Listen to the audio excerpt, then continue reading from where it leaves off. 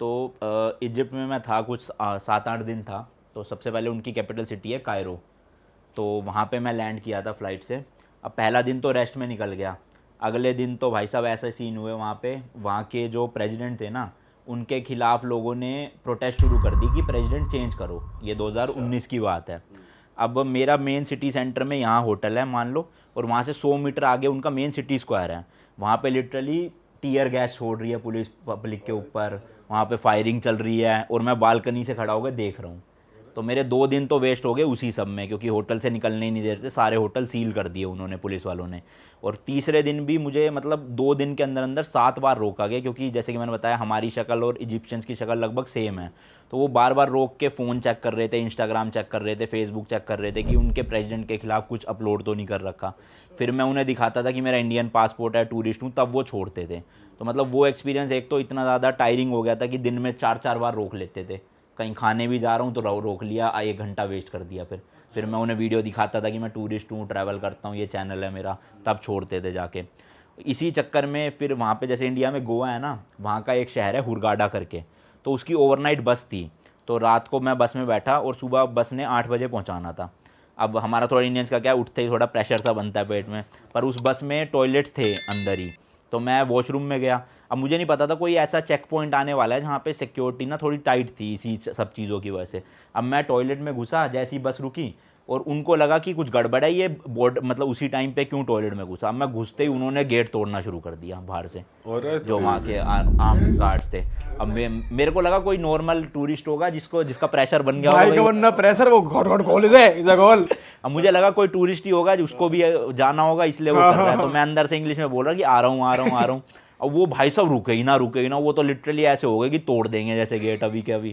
तो फिर मैं फटाफट से निकला बाहर, देखा तो भाई वो आर्मी वाले वहाँ के हाथ पकड़ के ले गए वो अंदर बंकर में जो उनका।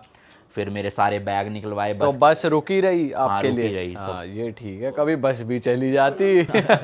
फिर उन्होंने सारे मेरे बैग्स निकलवाए, जो लगेज सेक्शन होता है उसमें से सारी चेकिंग करी। फिर उनके एक सीनियर ऑफिसर आए जिनको इंग्लिश आती थी थोड़ी बहुत, उनको इंग्लिश नहीं आती थी। फिर उनको मैंने अपना पासपोर्ट दिखाया, बताया सब कुछ कि ऐसे ऐसे मैं तो वॉशरूम के लिए गया था। उनको शक हुआ कि कुछ गड़बड़ है, ये इसी टाइम पे क्यों घुसा अंदर। तो बस फिर वही आधा 1 घंटा उन्होंने वेस्ट करा, फिर जाने दिया। तो एक तो एक्सपीरियंस वहाँ का ये काफ़ी ज़्यादा बेकार था कि ये तो यादगार रहेगा भाई, क्योंकि कहाँ से निकाला है आपको वो बड़ी बात है। वो तक टीवी चैन से नहीं करने दी। सही बात है। हाँ, और दूसरी चीज़, इजिप्ट एज अ कंट्री ना काफ़ी ज़्यादा मुझे नेगेटिव वाइब्स मिली वहाँ पे। मतलब एक जो कायरो है वहाँ पे म्यूज़ियम है जहाँ पे ना रियल ममीज़ रखी हुई है।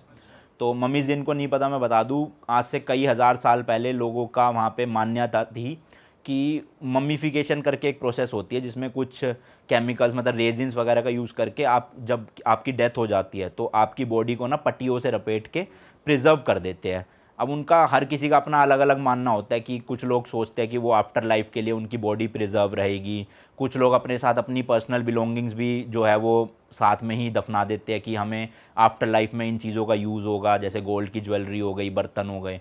तो अलग अलग सबकी वो थी। बट वहाँ पे अभी भी रियल ममीज़ काफ़ी सारी 20-25 ममीज़ रखी हुई है जो अलग अलग जगह से ना निकाली गई है। कितने साल पुरानी है? बहुत कई हज़ारों साल पुरानी ममीज़ है वो। तो वो उनको ताबूत में, ग्लास वाले ताबूत में रख के म्यूज़ियम्स के अंदर प्रिजर्व किया गया है। तो वहाँ की वीडियो किसी ने नहीं बनाई हुई थी आज तक। अब एज अ यूट्यूबर मेरे अंदर चुलती कि मैं बनाऊंगा तो ऑब्वियसली कंटेंट वायरल जाएगा। अब उस टाइम पे मैंने चैनल शुरू किया था, 500-600 व्यूज़ आया करते थे चैनल पे। अब मैंने छुपते छुपाते डरते डराते बना दी वहाँ की वीडियोस किसी तरह। वो वीडियो 1 हफ्ते में ही 5 मिलियन चली गई। अच्छा सॉरी मैं कट कर रहा हूँ भाई, म्यूजियम के अंदर अलाउड नहीं था शूट करना? नहीं अलाउड नहीं था। मतलब फ़ोन था ऐसे OnePlus, तो चुपके चुपके चलते चलते ही लोग ले रहे थे छुप के फ़ोटोज़, बट कोई प्रॉपर वीडियो नहीं बना रहा था। जो फॉरेनर्स आए हुए थे US वगैरह के, वो ले रहे थे फ़ोटोज़, बट गार्ड्स काफ़ी थे वहाँ पे, अगर वो देख लेते तो डिलीट करवा देते। बट वो एक्सपीरियंस मेरे लिए भी काफ़ी अच्छा था। मम्मीज़ का जानवर तक उन्होंने मम्मीफाई करके रखे हुए थे, जो क्रोकोडाइल, डॉग्स, बिल्लियाँ काफ़ी सारी। स्ट्रक्चर वाइज बड़ी थी, जैसे इंसान पहले कहते कि बड़े, हाइट भी बड़ी होती। मतलब मैं भेजूंगा आपको फ़ोटो वीडियो या वीडियो का लिंक, वो डालना आप। कई लोगों के तो ऐसा था शक्लें जैसे वो एलियंस हो। अच्छा। मतलब उनकी पूरी बॉडी तो ममीफाई कर रखी है, लेकिन सिर्फ मुंह पे अब उनका सिर्फ स्कल बचा है। वो स्कल देखने में ऐसा अजीब लग रहा था कि नॉर्मल ह्यूमन बीइंग ना हो वो जैसे। तो बहुत अजीब सा था वो, आप देखोगे ना फ़ोटो वीडियोज़ तो अजीब सा लगेगा वहाँ पे। अब कायरो तो चलो एक डेवलप सिटी थी, वहाँ पे बहुत सारी मतलब आसपास पॉपुलेशन रह रही थी, बट वहीं से 50 किलोमीटर दूर एक सिटी है गीज़ा करके। तो गीज़ा के पिरामिड्स आपने सुना होगा, बहुत फेमस है, 3 पिरामिड्स हैं वहाँ पे जो पूरे वर्ल्ड में फेमस है। तो उस एरिया में ना मुझे लगा था जब कायरो भी डेवलप्ड है तो वो भी डेवलप्ड ही होगा, 50 किलोमीटर दूर क्या ही बदल जाएगा, जैसे गुड़गांव से नोएडा आ जाओगे तो डेवलपमेंट इतनी कुछ खास बदलेगी नहीं, बट वहाँ जाते ही सब वीराना, मतलब इतनी नेगेटिव वाइब्स आ रही। मैंने जो होटल बुक करा ना उसके रूम्स तो फ़ोटो में थे बहुत तगड़े, पर जब मैं गया वो गांव से भी बदतर एरिया था। वहीं पे भैंसे है, वहीं पे भैंसों ने पूरा गोबर कर रखा है गेट पे ही, रास्ते इतने पतले पतले से अंदर होटल में जाने के, शेडी से, मतलब अंधेरा हो रखा है, डर लग रहा है। तो लोगों ने अपने फ्लैट को ही ना होटल में चेंज करा हुआ था, जैसे 3 BHK है तो 3 बेडरूम अलग अलग होटल में चढ़ा दिए। अब जो उसके ओनर थे वहाँ तो रह नहीं रहे थे, खाली वो 3 रूम थे और उन 2 रूम में भी कोई नहीं। अब उस पूरे इतने बड़े अपार्टमेंट में मैं एक अकेला बंदा और आसपास की वाइब्स इतनी नेगेटिव, मेरी फट रही दिन में ही, 12-1 बजे की बात है, बाहर रोशनी हो रही है, फ्लैट में पूरा अंधेरा, मतलब लाइट के नाम पे एक बल्ब था पीले रंग का, वो भी बहुत डल बल्ब की लाइट थी नहीं। तो मैं डरते डराते अपने रूम में अंदर गया, बैग वैग रखा सब कुछ, और पिरामिड्स के लिए निकलना था मुझे, तो मैंने कहा कुछ खा लेता हूँ, मैगी बना लेता हूँ। तो मैगी बनाने से पहले मैं जब अपना बैग रख रहा था तो किचन में से बर्तन खड़कने की आवाज़ आई। अब वहाँ तो अपार्टमेंट में कोई भी नहीं, मैंने खुद ही लॉक करा अंदर से, और ओनर बता के गए कि कोई भी नहीं है यहाँ पे, अभी तो फ़िलहाल आपका ही रूम है। और वहाँ खड़कने का मतलब जैसे कोई बर्तन धो रहा हो, प्रॉपर वो वाली आवाज़। मैं बाहर निकला किचन में, देखा वहाँ कोई भी नहीं, ना कोई बर्तन खड़क रहे ना कुछ, ना मतलब सब कुछ सेट हुआ पर अपनी जगह, पर आवाज़ आई थी अंदर से पक्का। अब मैं वापस गया मैगी के पैकेट निकालने के लिए, जैसे ही मैं वापस बाहर गया वहाँ एक लड़की खड़ी हुई। अरे अब वो लड़की कहाँ से आ गई, ना मुझे ओनर ने बताया, ना वहाँ पे थी वो, और अचानक से ही वो प्रकट हुई जैसे पता नहीं क्या। अब मतलब ऑब्वियसली वो भूत नहीं थी वो टूरिस्ट थी, पर वो आई कहाँ से कुछ आइडिया नहीं है, और ओनर ने भी मुझे कुछ इन्फॉर्म नहीं किया था। अब पहली नज़र में तो जैसे मैं इस दरवाजे से बाहर निकला, सामने किचन में वो लड़की खड़ी है, मेरी देखते ही फट गई बहुत बुरी वाली, भाई भाई कौन है, कहाँ से आ गई अचानक से, गेट तो मैंने खुद लॉक किया अपार्टमेंट के अंदर से, ये कहाँ से आ गई उसमें से। फिर मैं गया उसके पास तो बातचीत हुई, तो वो US से आई हुई थी, टूरिस्ट ही थी वो भी लड़की हुई, तो मतलब भूत तो नहीं थी, पर वो एक तरह से जब वहाँ की वाइब इतनी नेगेटिव थी, दिमाग में थॉट्स ऐसे चल रहे थे। हाँ, तो मतलब मैं वैसे भूत प्रेत में ज़्यादा यकीन नहीं करता, मुझे ऐसा लगता है कि ज़्यादातर लोगों को जो चीज़ें एक्सपीरियंस होती है ना आज के ज़माने में, वो ज़्यादातर उनके दिमाग की वजह से ही होती है। पहले के ज़माने में मानता हूँ जब पॉपुलेशन नहीं होती थी, हो सकता है होते हो, जैसे हमारे दादा भी बताते थे कि उन्होंने पेड़ पे भूत देख लिया था, पार्टी हो रही थी भूत की, जैसे मेरे दादा सुनाते थे, रात को उन्होंने प्रसाद दे दिया, ये दे दिया। अब के ज़माने में मुझे लगता है स्पेशली इंडिया में जब इतनी पॉपुलेशन हो चुकी है तो भूत प्रेत एग्जिस्ट नहीं करते होंगे, बट फिर भी लोगों के मन में दिमाग में चीज़ें आ जाती है, तो उस वजह से। तो अब सब कुछ सही हुआ, ये एक्सपीरियंस हुआ, मैं गया पिरामिड्स में वहाँ पे। अब वो भी दूर दूर तक रेगिस्तान, सिर्फ 3 पिरामिड्स और एक और स्ट्रक्चर था वो था वहाँ पे। इतनी गर्मी और बहुत, मतलब आप जहाँ तक आपकी नज़र जाएगी ना बस मिट्टी दिखेगी दूर दूर तक, तो वहाँ भी बहुत नेगेटिव वाइब्स आ रही थी। दूसरा थोड़ा वहाँ स्कैम्स भी है, उसके बारे में भी बात करेंगे अभी।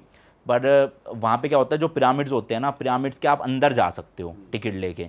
तो मैंने उस टाइम पे इतने पैसे नहीं होते, तो मैंने 3 पिरामिड जो थे ना बड़े, उनकी टिकट्स महंगी थी, वो नहीं ली, पर एक छोटा पिरामिड था उसके अंदर फ्री थी एंट्री। अब वहाँ लाइन भी ऑब्वियसली ज़्यादा लगी हुई थी क्योंकि फ्री थे। मेरे आगे एक अमेरिकन लेडी थी कुछ 60-65 साल की, वो घुसने लगी, उसका सर लगा वहाँ पे और उसके सर से खून ऐसे निकला जैसे पानी बह रहा हो, वो गेट पे तालाब बन गया खून का लाल पूरा। मतलब इतनी नेगेटिविटी दिमाग में उस टाइम पे घुस गई थी, क्या हो रहा है ये यहाँ पे। और सोचो वो होश में है पूरी औरत, पर खून ऐसे जैसे मूवीज में देखा ना किसी का सर कटता है तो फुहारा निकलता है, वो निकल रहा उसके सर से पतला पानी की तरह। अब मैं तो नीचे चला गया डरते डरते, अब उस औरत का हुआ क्या कुछ नहीं पता, हॉस्पिटल गई, बची नहीं बची, तो मतलब बहुत नेगेटिव। वो कितने के टिकट थे जो महंगे वाले पिरामिड, बड़े पिरामिड्स में थे? 2000 रुपये के आसपास थी। अच्छा, पर उस टाइम जब शुरू जब शुरू करा था 2000 रुपये ज़्यादा ही लगते थे। और इस छोटे वाले पिरामिड में कुछ है देखने लायक? क्या अंदर कुछ नहीं होता, मतलब भाई ये सुना है उसके अंदर टेम्परेचर कम होता है एज कम्पेयर टू बाहर। मतलब बाहर जो गर्मी थी ना वो अंदर ठंडा था, उस हिसाब से काफ़ी ठंडा था। हाँ। और भाई स्कैम क्या होते हैं? स्कैम यार देखो, इजिप्ट में ना ज़्यादातर उनकी इकोनॉमी टूरिज्म पे ही बेस्ड है, तो वहाँ पे ना मतलब ऐसा लगता है मुझे कि इजिप्ट अभी भी ना 1980s के ज़माने में जी रहा है। मतलब वहाँ पे आपको घोड़ा गाड़ी दिखेगी, जैसे यहाँ तो पैर वाले रिक्शा या इलेक्ट्रिक रिक्शा है, वहाँ इलेक्ट्रिक तो दूर दूर तक नाम नहीं, लेकिन घोड़ा वाले रिक्शा है वहाँ, कि घोड़े खींच रहे हैं कार्ट्स को, उसमें आप जाओ पब्लिक ट्रांसपोर्ट में। तो वहाँ के जो लोग थे ना वो पीछे पड़ जाते थे बहुत ज़्यादा, कि मतलब मुझे जैसे मेरे होटल से पिरामिड का रास्ता था मान लो 1.5 किलोमीटर, अब मैंने कहा मैं तो पैदल ही होऊंगा, क्यों दूं इनको पैसे। वो बंदा 1.5 किलोमीटर तक ज़बरदस्ती मेरे पीछे था कि बैठ जाओ बैठ जाओ बैठ जाओ। तो ये चीज़ बहुत करते हैं। और स्कैम क्या करते हैं, जैसे आपसे बात होगी, वहाँ की करेंसी है इजिप्शियन पाउंड, तो मान लो आपकी बात होगी 50 इजिप्शियन पाउंड की, तो वो आपको कहेंगे ओके ओके बैठ जाओ बैठ जाओ। जब उतरने लगोगे ना तब 500 बना देंगे उसको। फिर उनकी आसपास की वो सारे मिले होते हैं और लड़ाई करोगे ऐसे तो नहीं कर सकते। हाँ भाई, जब आप पिरामिड के अंदर गए थे तो वहाँ पे रिकॉर्ड करना अलाउड है? हाँ हाँ वो सब अलाउड है वहाँ। तो उसके अंदर का कुछ बताओ, दृश्य कुछ यार बढ़िया मैं क्या था तो उधर? छोटे वाले में गया था, वहाँ पे तो क्या था, बिल्कुल इतनी ही पतली सी बस रास्ता था जो ऐसे स्ट्रेट यूं डाउन जा रहा था। तो रेंगते रेंगते तो आप पहले नीचे जाओ, फिर नीचे जाके ये जितना कमरा है इससे लगभग 1/4 कमरा था वो बना हुआ, जिसमें अंदर बस पत्थर पड़े हुए थे और कुछ नहीं। तो अब वहाँ पे कई लोगों की मान्यता ये है कि पिरामिड्स बनाए जाते थे उस टाइम के राजा रानियों को दफनाने के लिए, बट एक्चुअल में आज तक कोई भी पिरामिड में से कोई मम्मी रिकवर हुई नहीं है। तो कुछ लोग कहते हैं वो एलियंस ने बनाए थे, क्योंकि वो स्ट्रक्चर भी आप जैसे फ़ोटो में देखोगे ना पता नहीं चलेगा, बट वहाँ पे जितना ये सोफ़ा है ना इतने बड़े बड़े पत्थरों से बना हुआ है, वो कई हज़ार किलो के पत्थर। तो सोचो आज से जितने साल पहले वो बने थे उस टाइम पे ना क्रेन होती थी, ना कोई ऐसे बड़े इक्विपमेंट्स होते थे जिससे बनाया जा सके, प्लस उनकी हाइट इतनी ऊंची। अब आप सोचो इतने 1000 किलो का पत्थर कैसे उठेगा। हाँ, टॉप पे कैसे रखा जा रहा है। वहाँ पर ऐसे कोई गाइड वाइड थे जो बता रहे थे कि हाँ ये किसकी हिस्ट्री है, ये तो वो भी यही बताते हैं कि हाँ वो पूरा समझाते हैं आपको क्या हिस्ट्री है, बट कुछ गाइड बताते हैं कि ये एलियंस ने बनाए थे, कुछ गाइड्स बताते हैं कि उस टाइम के राजाओं ने बनाए थे और ऐसी टेक्नोलॉजी यूज़ करके बनाए थे जो आज तक एग्जिस्ट नहीं करती। वो किसी को नहीं पता कि कैसे बनाए गए थे, इतने ऊंचाई तक पत्थर वो कैसे ले जाते थे, वो पत्थर आए कहाँ से, इतने टोड़े कहाँ से। तो जो हमने रैंडम वीडियोस में ही देखा है कि ये इतने भारी पत्थर हैं, परफेक्टली अलाइंड है, कैसे रखे, मतलब वो भी वही बात कर रहे हैं जो हम देख रहे हैं। सेम सेम हाँ, अब मतलब अभी तक मिस्ट्री सॉल्व नहीं हुई है इस चीज़ को लेके कि क्या हुआ कैसे हुआ। ज़्यादातर मेजोरिटी लोग एलियंस का ही नाम लेते हैं कि दूसरे ग्रह से एलियन आए थे, वो ऐसी टेक्नोलॉजी लाए जिनसे उन्होंने बनाया। और उनकी जो पिरामिड्स के टिप है वो कॉन्स्टलेशन से एकदम परफेक्टली वो अलाइंड भी है। है और एक दो चीज़ें और है कि पता नहीं अर्थ के सेंटर से भी कुछ ऐसा अलाइनमेंट है उस चीज़ का। तो काफ़ी सारी चीज़ें हैं जो हो सकता है कोइंसिडेंस हो, बट हो सकता है उस टाइम पे क्या था क्या नहीं था भाई। और ऐसी कौन सी कंट्री लगी, जैसे इजिप्ट की हिस्ट्री आपको इंटरेस्टिंग लगी काफ़ी, और ऐसे कोई देश हैं जो आपको लगे हो यार ये बहुत इंटरेस्टिंग कंट्री है? एज सच तो नहीं, मतलब हिस्ट्री वाइज तो नहीं लगी उनमें से, क्योंकि इजिप्ट की ही सबसे पुरानी वो है एक तरह से आप देखोगे।